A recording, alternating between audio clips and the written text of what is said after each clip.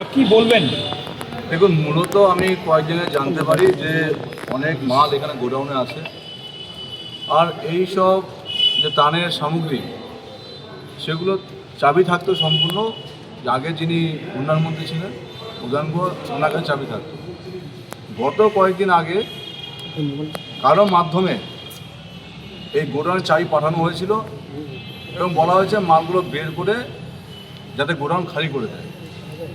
তো তারা কেউ সাহস পাননি, যিনি চেয়ারম্যান ছিলেন তিনি আমাকে জানিয়েছেন যে চাবি পাঠিয়েছে, আমরা কি করব।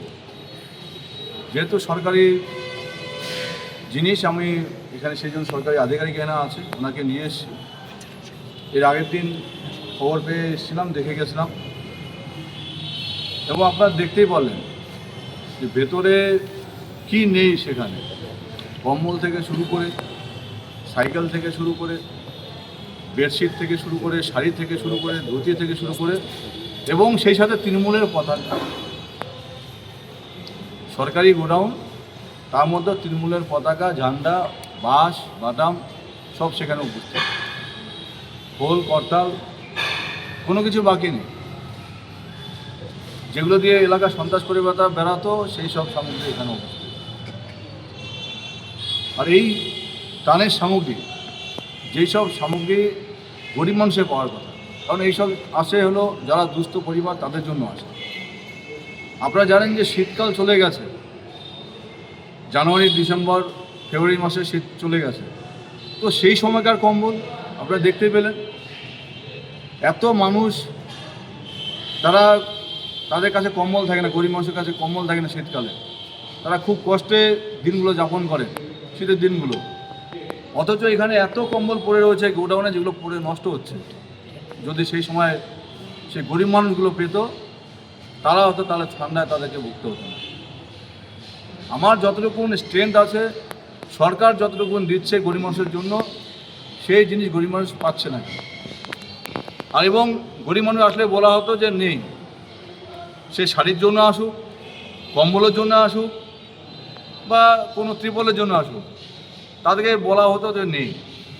এবং শুনতে পেলাম এখানে এসে যে তৃণমূলের যারা কর্মী বা সমর্থক বা নেতা, তারা মাঝে মাঝে কিছু কিছু এখান থেকে ত্রিপল বের করে তারা নাকি বিক্রি করে পিকনিক করতেন। গরিব মানুষের জিনিস, সরকারি জিনিস গরিব মানুষ পেত না, কিন্তু এরা বিক্রি করে, লুট করে এরা পিকনিক করত, আনন্দ নিত। এই ছিল এদের চরিত্র, এই ছিল এনাদের যে উন্নয়নমন্ত্রী, ওনার চরিত্র।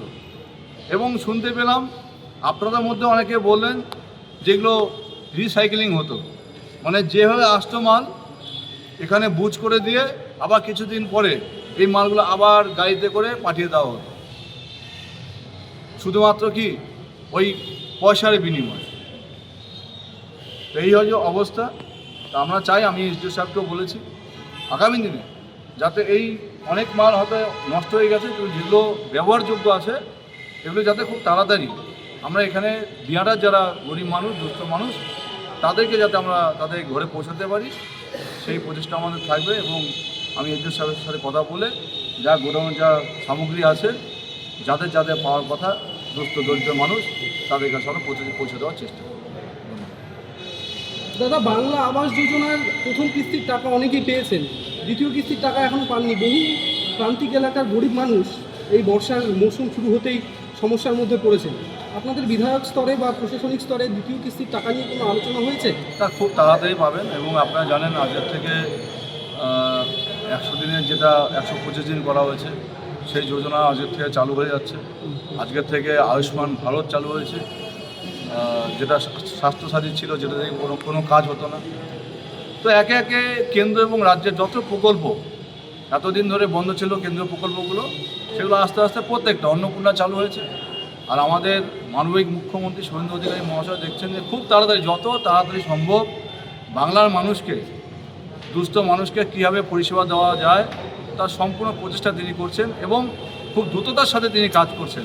আমার মনে হয় অল্প সময়ের মধ্যে আমাদের পশ্চিমবঙ্গের যে সমস্যাগুলো রয়েছে, সেগুলো আস্তে আস্তে সব সমাধান হবে।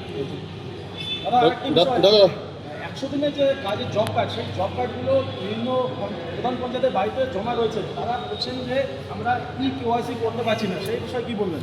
দেখুন, জব কার্ড অনেক ভুয়ো জব কার্ড আছে, অনেক লক্ষ লক্ষ ভুয়ো জব কার্ড আছে, যেগুলো কোনো নাম নথি বলতে কোনো নাম ঠিকানা নেই, কোনো মানে এরকম অনেক আছে যেগুলো এখানকার বাসিন্দাই নয়, তারা অভারতীয়, তাদের নামে অনেক জব কার্ড আছে। তো এগুলো সব বাতিল হবে। যত দুর্নীতি হয়েছে একে একে ধরা পড়বে, এবং যারা দুর্নীতি করেছে তারা কেউ রেহাত পাবেন না। তারা হয়তো এই মুহূর্তে এলাকায় নেই, কিন্তু যেখানেই থাকুক প্রশাসন এদেরকে খুঁজে বের করে নিয়ে উপযুক্তমূলক আইনত ব্যবস্থা এই সরকার গ্রহণ করবে। দাদা, বলছিলাম যে এই যে গোডাউনের তথ্য একদম আপনি তুলে ধরার পাশাপাশি সাংবাদিকদের ক্যামেরায় আরেকটি বিষয় একদম এক্সক্লুসিভভাবে ফুটে আসে, যে গোডাউনে অবস্থিত যে বাথরুম, সেই বাথরুমকেও হার মানিয়ে দিচ্ছে। বিষয়টা কীভাবে দেখছেন? দেখুন, বলার ভাষা নেই যে অবস্থা দেখলাম, এবং অনেক জিনিসপত্র দেখলেন যে ওখানে নষ্ট হচ্ছে, পড়ে জল পড়ছে, পড়ে পড়ে পচে যাচ্ছে, নষ্ট হচ্ছে। এগুলো বলার ভাষা নেই। এগুলো যা করেছে অন্যায় কাজ করেছেন, সম্পূর্ণ আইনত ব্যবস্থা আমরা গ্রহণ করবো। তো দেখা যাচ্ছে যে এটা সরকারি জায়গা, এটা সেখানে তৃণমূলের পতাকাও দেখা যাচ্ছে, দলীয় পতাকা, কি বলবেন এটা? এরা তো সব সম্পত্তি মনে করতো। এরা যেটা থানা, একসময় যে থানা আমাদের, সেই থানাকেও তারা ভাবতো যে ক্লাব ঘর, সেখানে নেতারা গিয়ে আড্ডা মারতো। আমরা কেউ যাই না, আমাদের প্রয়োজন পড়ে না। এরা যত এই দুর্নীতি করত, যত রকম দুষ্কৃতিকারী কাজ করত, এবং প্রত্যেকটা জায়গাতেই এরকম মানে পরিবেশ করে রেখেছিল যে তাদের পৈতৃক সম্পত্তি। তো কাজেই আপনারা দেখেছেন যে এই পতাকা তো এখানে দেখলেন, বিভিন্ন জায়গায় আরও দেখতে পাবেন, যেখানে যেখানে খুলবো সেখানে সেখানে এইসব জিনিস দেখতে পাবেন। সেই জায়গাগুলোতেও কি যাওয়া হবে? সম্পর্কে কী বলবেন? আমরা যেখানে যেখানে তথ্য পাবো সবখানেই যাবো। ওনার ছেলে কোথায় কী করতেন সেগুলো জানা আছে, ওগুলোও যাবো, চিন্তা নেই, একটু ধৈর্য ধরুন। সাংসদ জগদীশচন্দ্র বর্মা বসুনিয়া তিনি দিল্লিতে রয়েছেন, তার সম্পর্কে কী বলবেন? দেখুন, দিল্লিতে রয়েছেন, এখন দিল্লিতে কেন আছেন, কিসের জন্য আছেন উনি বলতে পারবেন। আর ওটা যদি কেন্দ্র নেতৃত্ব কোনো ব্যাপার থাকে তারাই বলতে পারবে। দাদা, অন্নপূর্ণা ভাণ্ডারের একটা সমস্যা দেখা দিয়েছে। বেশ কিছু গ্রাম পঞ্চায়েতে দেখা যাচ্ছে যে গ্রাম পঞ্চায়েত অফিসে যখন উপভোক্তারা যাচ্ছেন, যেমন বর্ষাকদল গ্রাম পঞ্চায়েতে বলা হচ্ছে যে গ্রাম পঞ্চায়েত অফিসে আর জমা নেওয়া হবে না, অনলাইনে করুন বা বিডিও অফিসে জমা দিন। অনেকেই সমস্যায় পড়ছেন, এই বিষয়টা আপনার নজরে এসছে? না, এরকম দেখুন, আমরা দলগতভাবেও সহযোগিতা করছি, এবং বিভিন্ন দপ্তরে এই কাজগুলো হচ্ছে, এবং অনলাইনে হবে, সম্পূর্ণ হবে। হয়তো অনেকে বুঝতে পারছেন না, কিন্তু অনলাইনে সময় লাগে না, 5 মিনিটের মধ্যে কাজ হয়ে যায়।